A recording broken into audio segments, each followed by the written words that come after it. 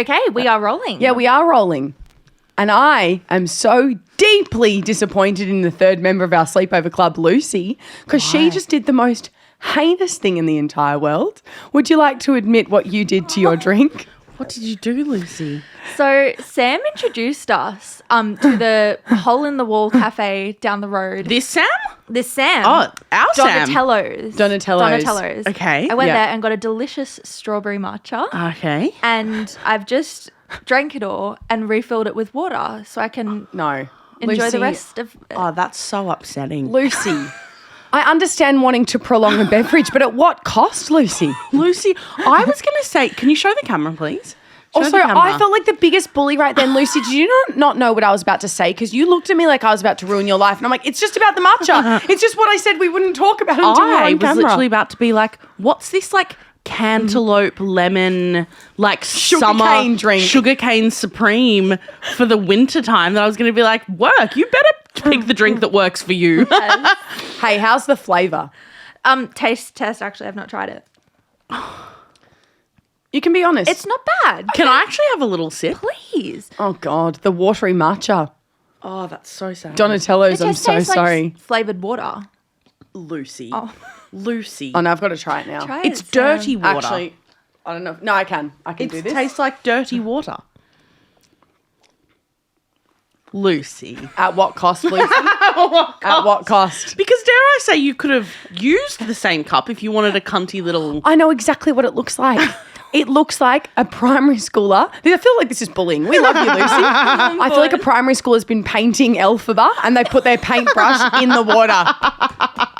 And then I'm going to say Elphaba because I know our audience. I could say a tree, but I know it's Elphaba. Lucy. Elphaba. Guys, Sleepover Club's back, but at Come what on. cost? At what cost? Some of us have grown up a bit too much. Some of us have stayed in primary school. What's going on with that Lucy, drink? how have you been since you've been on the pod last, I've been babe? good, thank you. Honestly, not that eventful. Nothing to report? No, just working. Really. Can you, for the people who don't know at home, so obviously Yeah. people know Lucy if they've been listening to the pod. If you're kind of newish to the pod, Lucy works here at the office where we like do the pod, and Lucy helps produce the pod and steps in sometimes when Tom is busy boy. Correct. Can you please tell the story of how you ended up working here? Because I think it's so iconic. And it's inspiring. And it's You so reckon? inspiring. Yeah, genuinely. So, So, let me I know. love girls.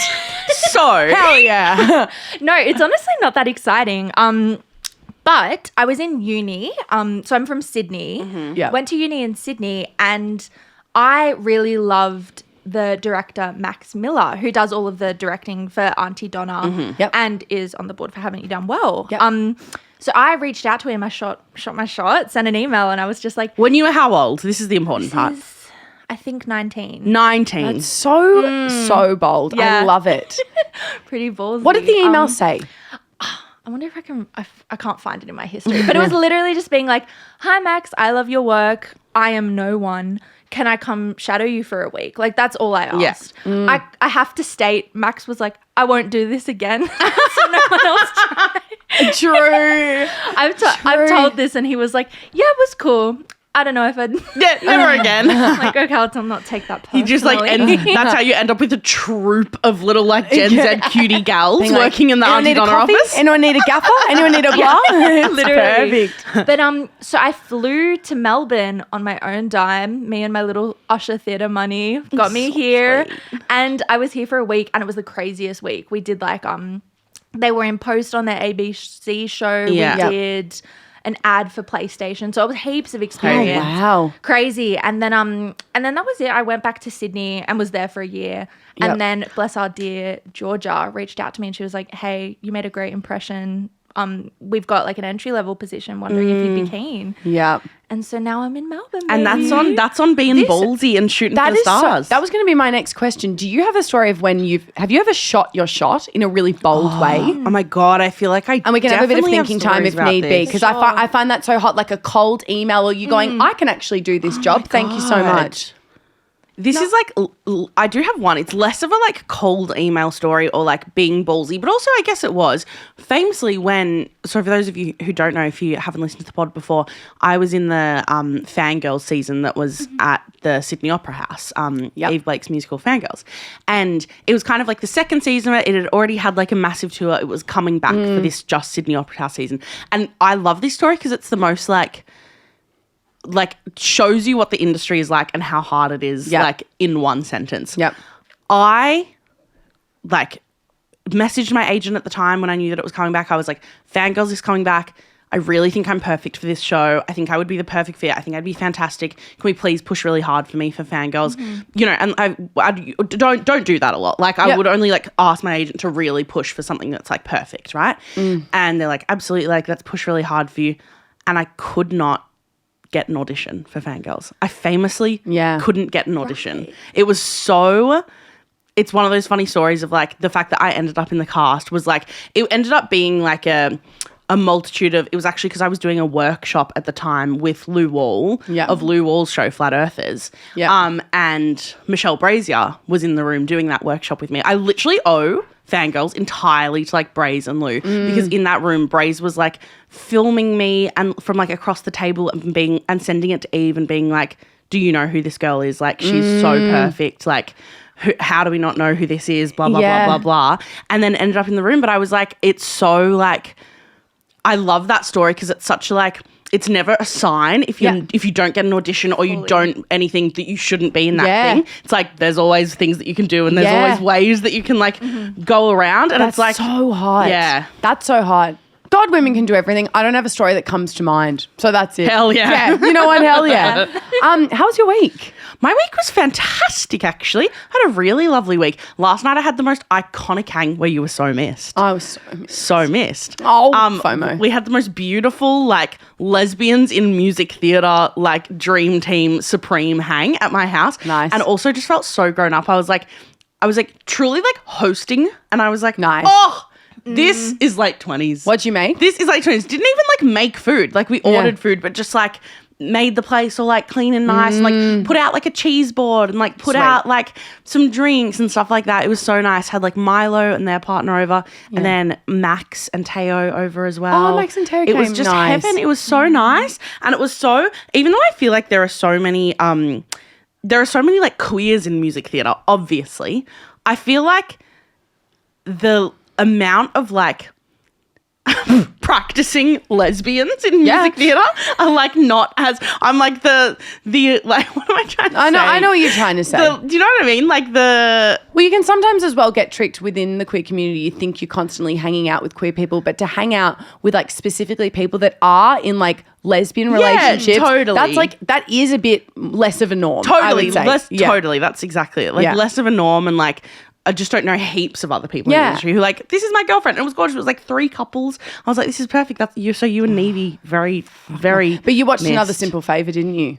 No. Oh, that was. I thought they were planning on watching another I thought they were planning on watching Another Simple Favor, and I was like, oh, it's a film with Anna Kendrick and Blake Lively, the really shit one that I've seen recently. Because Milo had been like, I want to watch it, and I went, oh, that's actually good that I'm not free that night anyway because I've already seen the film, but maybe you didn't end up watching it. Oh, no, I think that was a joke maybe. Oh. Unless it was queer, because it's queer coded. Oh. I don't know. Is that the one where Blake Lively like dies? Yes. Yeah. I've seen that. I didn't hate that film. You hated it? The second one, the new one. Have you? Oh, there's a new one. Yeah, there's a new one. And I don't want to spoil it. Well, I will spoil it for the rats. Don't waste your time. Yeah, right. It was biggest waste of my life. Devastating. It was devastatingly bad. Or isn't the first one a musical? I think Sleepover Club's a bit. There's a bit of weird stuff going on in Sleep. As in Another Simple Favor's a musical. No, A Simple Favor's a musical. It's got like a musical number at the end, doesn't it? I've not seen it. No, I don't think so. Oh, no. Not from what I can remember, no. Another Simple Favor is just, it's Blake Lively in decadent gowns with like her beautiful wavy beachy hair, and the script is the most garbage Hollywood trash pile I've ever read. Yeah, because I read it. I did a cold read and went, I'd be great for this film. Now, this isn't the film that the whole Blake Lively bonanza happened in, right? No, that's the Colleen Hoover one, It forgotten ends its with name. us. Right. It ends with us. Right. No, this one is Another Simple Favor is deliberately queer coded and it's queer baity. Yeah. But then it doesn't really happen. You just kind of watch Blake Lively make out with herself because she has a twin, and it's a whole thing. And I don't care if I've Hell spoiled yeah. it for you. Don't waste your time. Don't waste your You time. finally watched Sinners. I finally watched Sinners. Have you seen Sinners, Liz? Boy, have I seen Sinners. Okay. Okay, well, we can talk about Sinners after this quick ad break. Well, she's smooth. God, she's good. My gal, and throwing to those ads every Hell week. yeah. Smoother and smoother. Because I see this.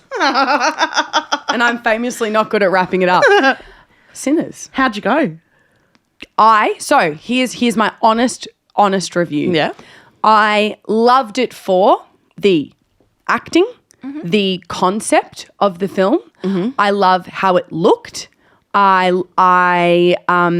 loved the injection of like music within it. I wasn't blown away because it had been hyped up for me, and I'm not a fan of. Skip ahead if you don't want Sinners to be ruined. A few minutes. I'm not a fan of vampire films. And that bit, I just went, oh, you've lost me. I wasn't thinking it was going to have that like horror Really? twist. Yeah. And When it all did, of that launched for me, I was like, all of a sudden, I was like, oh, now I'm interested. Yeah, I think they took 72 minutes to just set up that they're like, we're going to open up a night. And I'm like, okay, so do it. And then by the time that they'd set that up and then there was the vampire thing, they're like, he's actually outside. He wasn't drunk this entire time. And then they just skip over that. And then all of a sudden they're all just singing Irish folk songs and then it ends. I went, what happened? It wasn't for me. And Oh, I think whoa. That's I interesting. didn't love it. But I think the performance kept it from being probably quite a worse film experience for me. Like the acting pushed it through. You're so in the minority. Yeah, wasn't There you go. my it has vibe. 97% on Rotten Tomatoes. Yeah, I don't Which know is like how. one of the highest, I feel like, ratings on Rotten Tomatoes I've seen for a new film in a while. Like Yeah. 97 is crazy high. You liked it, Luce? I really enjoyed it. I saw it loved it. solo. On the last night, it was playing in IMAX.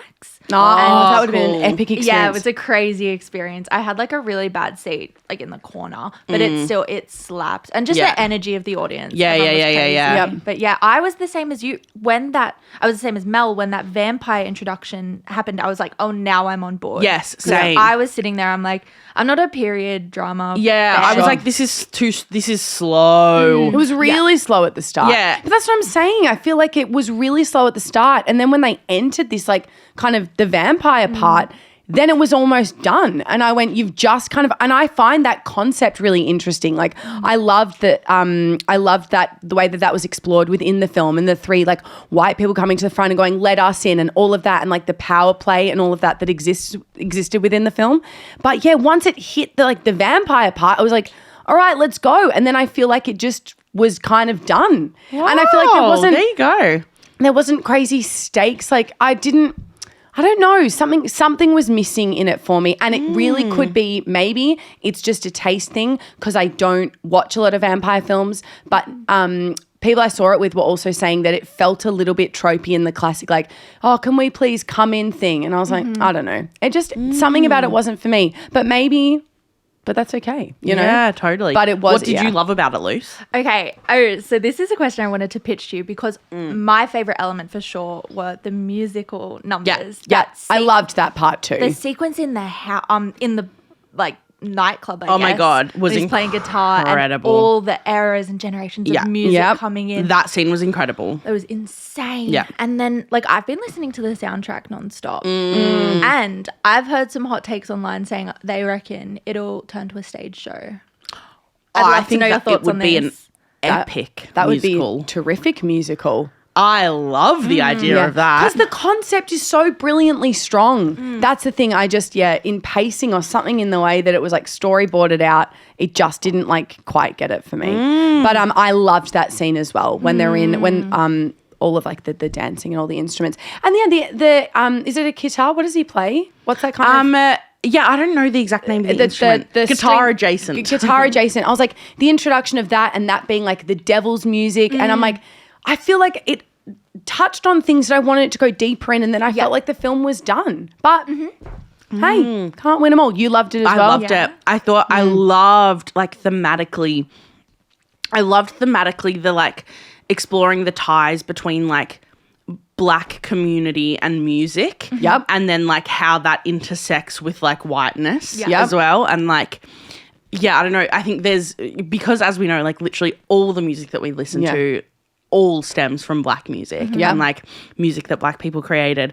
And I feel like I haven't seen a lot of art that like explores that in a way that isn't like so on the nose. Yeah. Like I was like, this is so just like cool to me. Interestingly, I was chatting to Miley last night and Miley was like, I didn't like Sinners. And she's like, interestingly, a lot of the people I feel like who've loved it have been white people. And I actually didn't like it. And I was like, Miley's just one person. Yeah. But I thought that was like very interesting. I think she found like the racism elements of it and like the KKK tie-ins at the end a bit like it was hard for Black people in the 20s, and her point was like it's hard for Black people now, and I was like, I so hear that. But yeah, I don't know, I just loved it. I thought it was really, you know me, I love to see a thing that I'm like I haven't seen anything like it before. Yep, I would agree. I was with like that. something that starts as like a period piece that turns into like a gothic vampire film.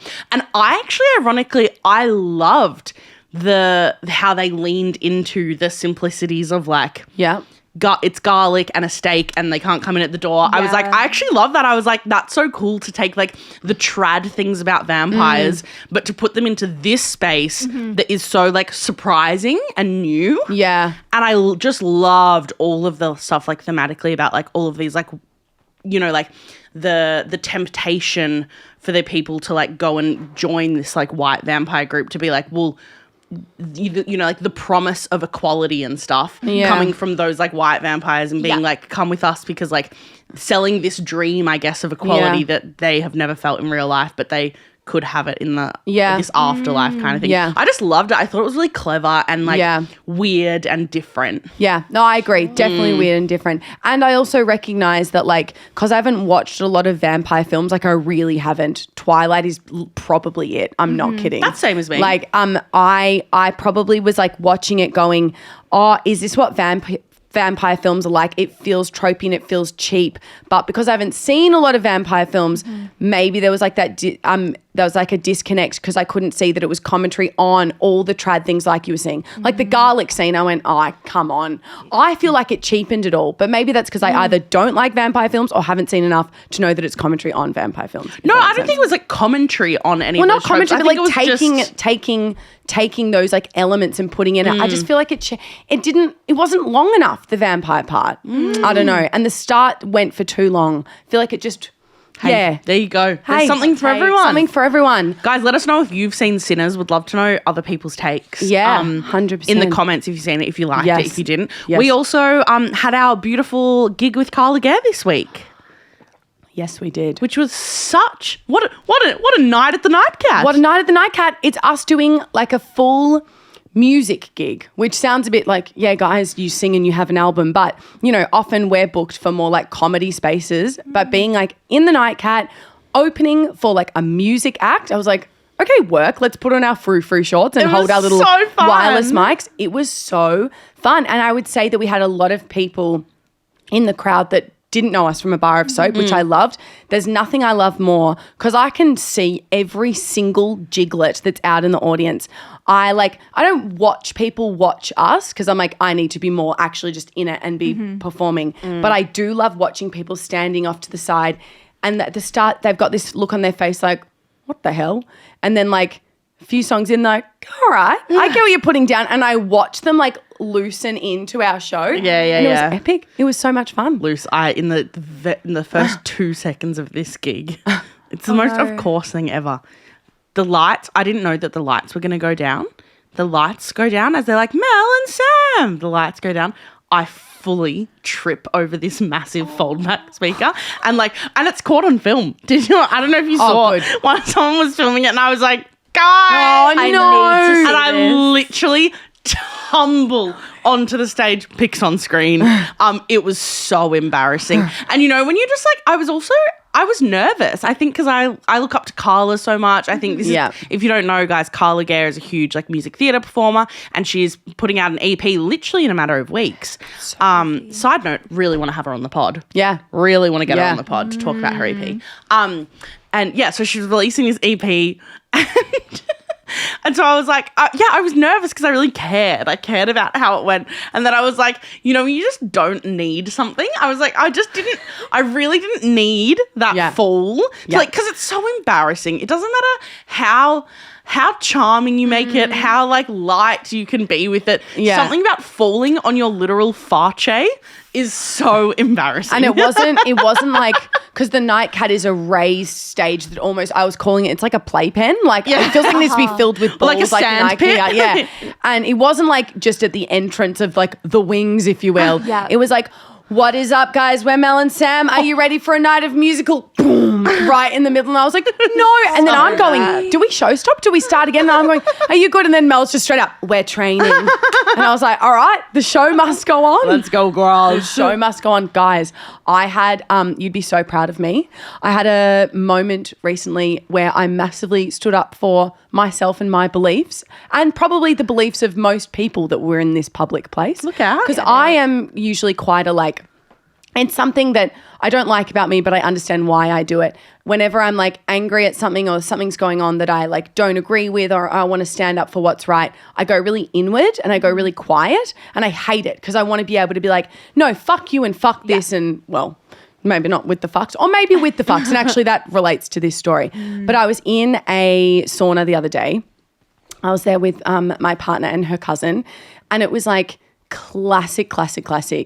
Like Sunday reset, everyone was at this pool, and like I would say the sauna had 15, 16 people packed in like sardines. And often I go, I'll just wait for the sauna. Because also it's a massive sausage fest. And I'm like, God forbid, like I want to go in and sit down, but there's just like rows and rows and rows of AFL players just all standing in like sardines. I'm like, this doesn't look relaxing at all. Don't really want to do any breath work here. But eventually I went, no, I'm going in. And I was like, so we kind of like, it's a game. Like you go in and then you kind of like scare other people into leaving by just standing there. Because some people I go in and I go, Jeremy, you are absolutely the colour of beetroot and you are wet to the gods. It's time to probably pop out of this spa. Time to go, my boy. You're looking at that 15-minute timer? Because he's just like, nah, 45. I got it. Anyway, I sit down and I'm sitting there just chilling out. And then, of course, some people talk in the sauna. I've even engaged in some conversations in the sauna before, but usually it's more like, yeah, anyway, and then I've obviously got work tomorrow, and then, yeah, what's on for your week? This guy was just yapping the house down with the kind of conversation where the second you hear it, you just go, oh, God, this guy's either just an idiot or he's trying to, like, get a rise out of people. And anyway, we're sitting there, and I'm making it – it was really interesting. I was like, I think I was already not going in for a fight, but going in already quite like, for fuck's sake. Like I've wanted to be in this sauna for a while. It's just filled with men, which is fine. It's a public place. But I'm like, I was already a bit like on edge. Anyway, I'm sitting there, and then this guy like looks over.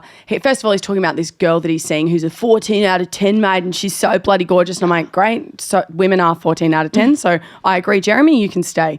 And then he looks over and someone's like a cut on someone's hand has like dripped on one of the seats, and they've like raced out, and he goes, oh man, that's fucking blood. That's fucking shit. Oh man. And just skip ahead maybe a few minutes because this like touches on pretty like queerphobic language.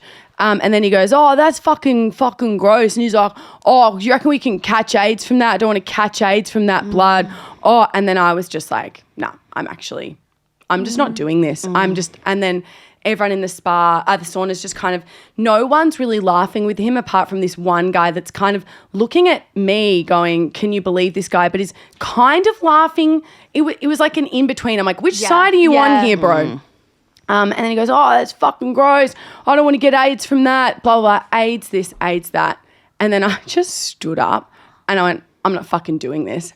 Quote. And I walked to the door and I turned around and I was like, don't you dare talk about AIDS like that in a public place when you know for fucking damn certain that there are probably queer people in this sauna right now, or people that know queer people. Also, it's just homophobic. You cannot use language like that. It's fucking disgusting. And I was like, you've made everyone in this sauna uncomfortable. And he goes, oh, no. And then the other guy goes, what? We're in a public place. Don't swear. Like starts fighting back at me. To you? Yeah. To you? Yes, goes, don't like because God forbid a woman raises their voice and stands up. I'm like, forbid. I swear to God, if it was a man saying that, no one would have gone, watch your language, 100%. bro. People would have been like, yeah, no, good on you, mate. Yeah, no. And I went, I was like, it's just disgusting. I was like, you don't have to talk like that. And then I leave, because I say all my bit and I leave, and then I'm like, whoo, the adrenaline that came over my body. Very proud of you. I know that's Thank hard you. for Yeah, you. congrats. And then Neve literally goes, they go, oh, well, get her to watch her voice. And then Neve just goes, Get her to watch her voice makes me sick. And then Neve just goes, nah, man, he's literally talking about it getting AIDS like it's fucking airborne and you're trying to police her language. And then like Neve pops up and then she's like, good luck with your fucking airborne AIDS, bro. Yeah, because you can really catch it from the air. Like, and then said something else about how like queerphobic it is. And then we left.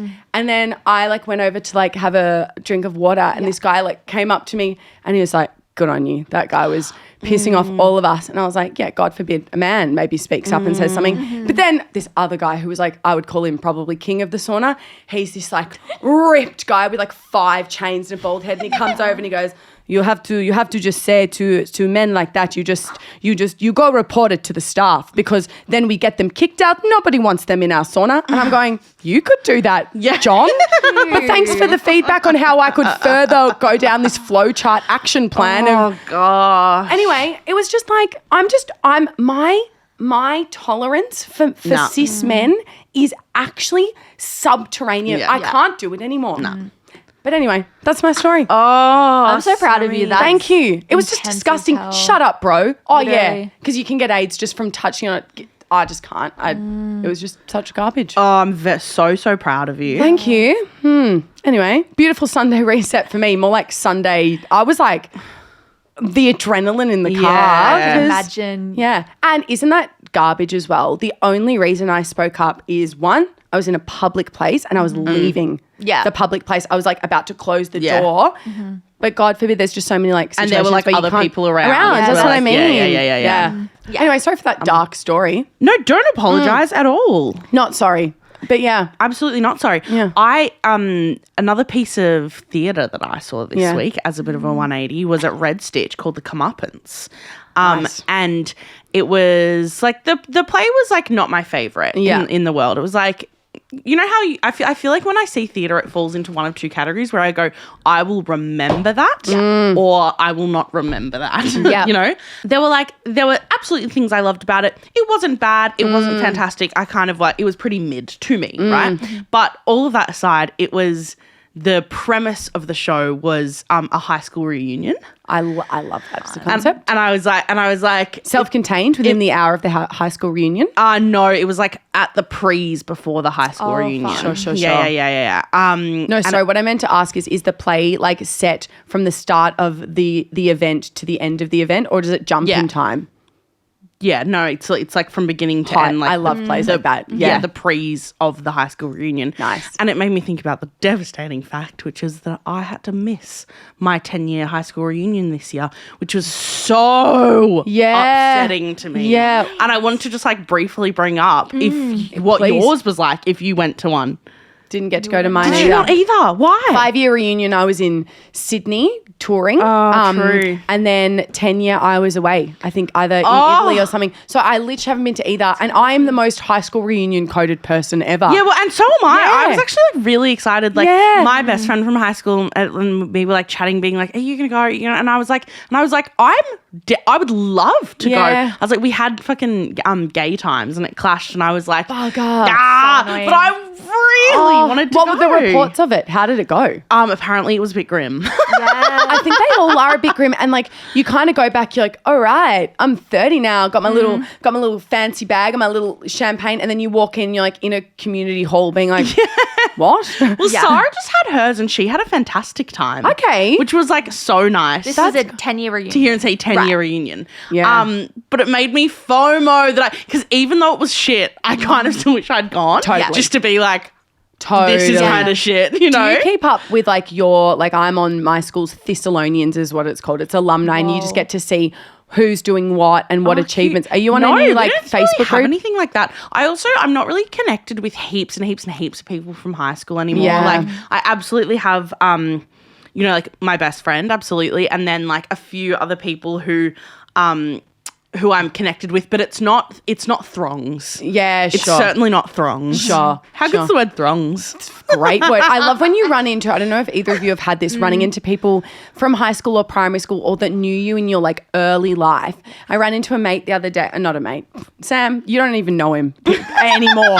It's not a mate. A stranger. A stranger. I ran into a stranger and he goes, Sam, he's like, how are you going? It's so good to see you. And I was like, yeah, I'm really well. How are you? He's like, yeah, I'm really good. He's like, how's it all got? Like, you still singing? You still doing your singing? I know you really love singing in school. I'm like, it's just so beautiful the way people remember you. And I'm like, Yeah, remember yes, James, things I am about still you. doing singing. That's like, gorgeous. that's so like sweet. Or they'll bring up something that was like a hobby that you had back then. Like, how's netball? And you're like, netball? I ain't doing no netball anymore. I only write songs about it, but play it. No. Yeah. Oh, I'm sorry you had to miss it. Yeah, and it just made me think about high school reunions in general. I was like, oh, Yeah. I'm hanging on for the 20. Yeah. I'm hanging on for the 20. Do you get a 15? Do I get a 15? No, I don't think so, because Sure. I don't think we had a 5. Sure. My question is, who's the one organising the reunions? Is it the students? So I used to think it Yeah, I was don't like some student organised. I think it is the school. Right. And maybe it depends school by school, but no, ours, because then they have like, I didn't realise that they often do this at high school reunions. Like they have like photos on the walls and yeah. like all of these like things. And I'm like, that would have been really cute and fun. Why do I feel like, what's the name for this? It actually doesn't matter. Why do I feel like Australian high school reunions don't exist? Because Australia is terribly bad at celebrating themselves or looking like they care, and tall poppy is so rampant that I'm like, I feel like high school reunions get like, you get an invitation and then just no one goes because no one wants to care. Whereas the way I see it So many depicted in people like don't go. American films and stuff, it's like in these grand ballrooms Yeah. with like fucking a jazz band and like a red Well, carpet. for what it's worth, we had like literally 200 people maybe in our 200 year 12s or more. Yeah. And they put up photos from the reunion and genuinely looked like there were maybe 40 people there. Like tops. Like it really was giving people didn't go. Would have been really hot if you you zoomed in like a proxy when someone picks up an award for someone that's not there, and it's like you zooming in going, hello class of pegs, yes it is me Mel here from Gay Times Festival. I haven't had a gummy but I am having a great time. And they're like, why have you zoomed in? No one cares. Anyway, so I'm hanging out for my 20 years. And I'm hanging out I said years so weird. Just said years. Years. And I'm hanging out for this watery matcha to get out of my eyesight. I can't look at it anymore. I'm so sorry. No, you're so fine. You guys, that's rat food for the week. You guys. Luz, thanks so much for joining Thank us. you for having me. It's been an honour. Guys, Yeah. of course, guys, if you live in Sydney, one thing that I must tell you is that we are doing a live show. We're doing 5, but the space we're performing in is small. So if you're in Sydney and you want to come see us live, we're doing the Platonic Human Centipede because we're headlining We're Pride headliners Fest, for which is Qtopia. Very exciting. Qtopia Sydney. Yeah. And yeah, so I'll make sure that we pop the ticket link in the Yep. little description of this episode. If you're listening and you're in Sydney and you want to come see our show, it's our best show. Yeah. We're so fucking keen to do it again. So excited Haven't done to it do since it in Adelaide. Sydney. We're itching to do it. Yeah. So please come and buy tickets because we probably won't be touring heaps in the next kind of like 12 months. So not to be like, this is your chance, but this is your chance. If you want to see us do a comedy show, we're doing it in like June. Yeah. Please come along. Or send it to your mates. That's kind of it. Let me know that I'm an idiot in the comments about Sinners. I know I am. I would genuinely love to read people's takes on Sinners. Yeah. If you've got them. And there was a lot to love about it. I didn't hate it. There's just something that didn't hit for me. You're allowed to Own it, girl. not like things. Yeah. No, I know, but I don't want to argue with the 97 tomato. With the man. 97%. It's kind of hot to be the 3% and to be like, yeah. it wasn't for me. Say my piece. It wasn't for me. All right. From one iced... No, I was about to say from one iced matcha to another. That's not even funny. We're not wrapping up like that. That's it. That's it. Goodbye. Goodbye. This is a Grouse House podcast. Mel and Sam would like to acknowledge that this podcast was created and recorded on stolen land. The original custodians of this land have had a rich history of storytelling for over 65,000 years, and we pay our respects to the Wurundjeri people of the Kulin Nation, whose land we are making rat bag on. Treaties were never signed, sovereignty was never ceded, always was and always will be Aboriginal land.